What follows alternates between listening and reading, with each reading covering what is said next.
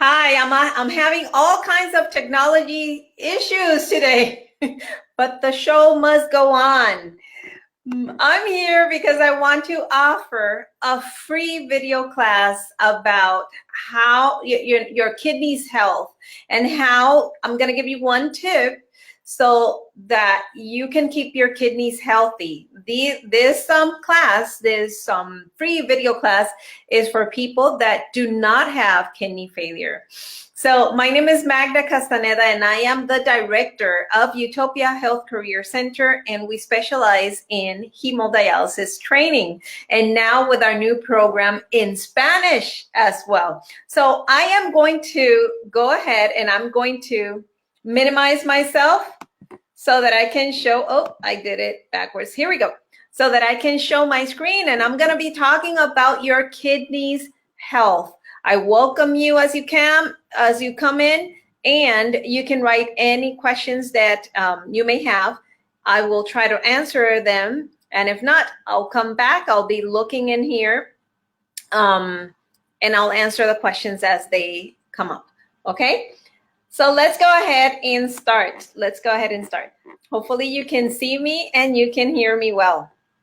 So again, my name is Magda Castaneda. I've been a registered nurse since 1996, a dialysis nurse since 1997.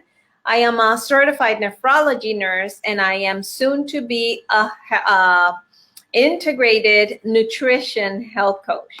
So again, I said I am the director at Utopia Health Career Center, where we train in hemodialysis. We specialize in hemodialysis training. So today we're here because I am going to talk about your kidneys. and how you can take care of your kidneys. So let's start by saying that you have two kidneys, and those kidneys are about the size of your fist. So if you look at your fist like this is the size of your kidney. And they're located in the back of the body, just above the waist, and they are in charge of keeping us in balance, creating a homeostasis inside of your body. Go ahead, and before I continue, if you could go ahead and share this session, because maybe somebody else can benefit from it. So when we talk about homeostasis, the kidneys, what they do is that they are in charge of the elimination of the excess fluid. They also filtrate the waste. They keep the sodium in balance and other electrolytes in balance, and they keep your blood pressure in check, the production of red blood cells and calcium absorption, and they help maintain the acid balance, or your pH in the body. They help maintain it. When we talk about the body fluids, or the fluids inside of our body, it's there because it helps nurture your cells. It helps nurture your cells, and it helps protect them from the outside environment. So you have water inside of your cells, you have waters in between the cells and your vessels, and you have water inside of your vessel. We know that water as plasma inside of our body. The kidney cell is called nephron, and each cell is very small. We cannot see the cell with the naked eye, and they do not regenerate. So if something happens with that nephron, that kidney cell, they die, they cannot regenerate, we lose it forever. They're not like the skin. The skin, we have a cut, the skin regenerates cells and it heals. The kidneys do not do that. So inside of our kidneys, we have two main parts. We have something that is called the glomerulus, and you see the glomerulus right there. It's a capsule. It looks like this. And that glomerulus is attached to tubes, the tubule, and they look like pipes, just like what you're seeing in your screen. The tiny capillaries go into that glomerulus. Tiny capillaries are the ones that go into that glomerulus, and they are the ones in charge of bringing the nutrition, the oxygen, the circulation into that cell. So if the nutrition, the oxygen and the nutrition is blocked because of some reason, and there's none of that coming inside of the cell, unfortunately, we lose that cell. And that's how people develop chronic kidney disease, losing cells one by one. And again, those cells don't regenerate. So I'm going to give you a little demonstration, but I want to ask you, do you create about 1,500 milliliters or 2,000 milliliters of urine in a 24 hours? That's a question for you. So here we have a liter, so 1,000 ml. You should be creating 2 of these or 1.5 of these. If you're not creating that amount of urine, it means that you need to drink more water, okay? You need to drink more water. So to give you an example, a patient in dialysis, we control the fluid and we tell this patient, you know, you are allowed to drink just 1 liter of fluid, 32 ounces of fluid. On the other hand, I have people that don't have any problems with their kidneys, and I tell them, you know, drink water, and they don't even drink half of this bottle. Okay, so it's important. The tip that I'm gonna give you is, it's important for you to drink water if you want to take care of your kidneys. And usually, as a rule of thumb, you can take your body weight in pounds, divide it in half, and that number in ounces is the amount of water that you're going to drink in a 24-hour period. So for example, if you're 150 pounds, you should drink 75 ounces of water. Okay? So the number 1 cause of kidney failure, unfortunately, is diabetes type 2.